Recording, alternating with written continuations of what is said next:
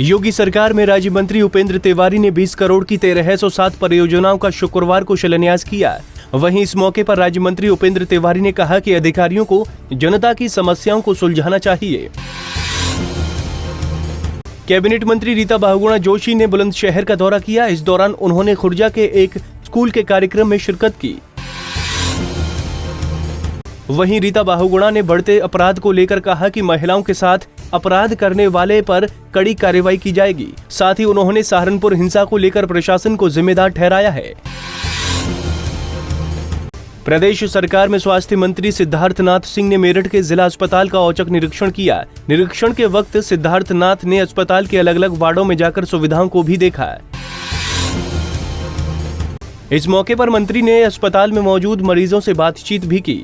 कानून व्यवस्था पर सिद्धार्थनाथ ने बोलते हुए कहा कि कानून व्यवस्था को ठीक करने के लिए अधिकारियों को आदेश दिया गया है। मेरठ के भावनपुर थाना इलाके में मंदिर की मूर्ति तोड़ने पर दो पक्षों के बीच हिंसा भड़क गई। जानकारी के मुताबिक ग्रामीणों को सूचना मिली थी कि मंदिर की मूर्ति टूटी हुई है और मंदिर में रखा चंदे का गल्ला भी गायब है। मूर्ति तोड़ने की सूचना मिलने पर गांव पहुंचे हिंदू युवा वाहिनी के कार्यकर्ताओं पर विशेष संप्रदाय के लोगों ने धारदार हथियार से हमला कर दिया, जिसमें 3 लोग गंभीर रूप से घायल हो गए। जिसके बाद हिंदू युवा वाहिनी के लोगों ने सड़क पर जाम लगाकर तोड़फोड़ की। मुजफ्फरनगर के पोस्टमार्टम हाउस में उस वक्त अफरा तफरी का माहौल हो गया जब डीएम ने लोगों की शिकायत पर पोस्टमार्टम हाउस का औचक निरीक्षण किया।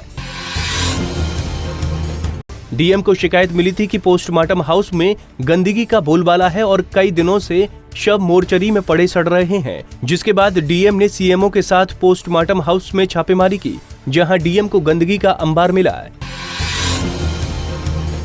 सपा सरकार में मंत्री रहे तेज नारायण पांडे पर नौकरी का झांसा देकर करोड़ों रुपए की ठगी का आरोप लगा है। पीड़ित आलोक सिंह ने पवन पांडे पर आरोप लगाते हुए कहा कि पूर्व मंत्री ने उससे वन विभाग में नौकरी लगाने के नाम पर 10 लाख रुपए लिए थे।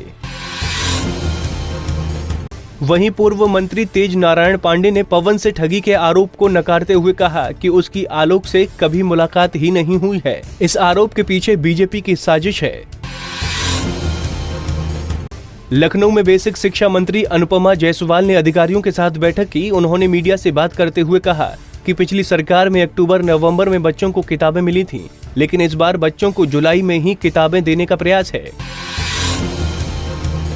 ताजनगरी आगरा में एक ब्लड कैंसर से पीड़ित बच्ची बेबो के बेबस पिता ने परिवार को बेचने की अनुमति मांगी है। बेबो के पिता ने एसपी आयोग अध्यक्ष रामशंकर कठेरिया के दर पर अपनी फरियाद लगाई है।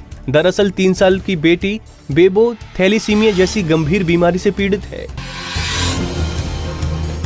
गंगा को अविरल और निर्मल बनाने के लिए कानपुर के आनंदेश्वर घाट पर प्रशासन ने सफाई अभियान चलाया। आनंदेश्वर मंदिर में डीएम और नगर आयुक्त ने चढ़ाए गए फूलों को उठाकर डस्टबिन में डाला।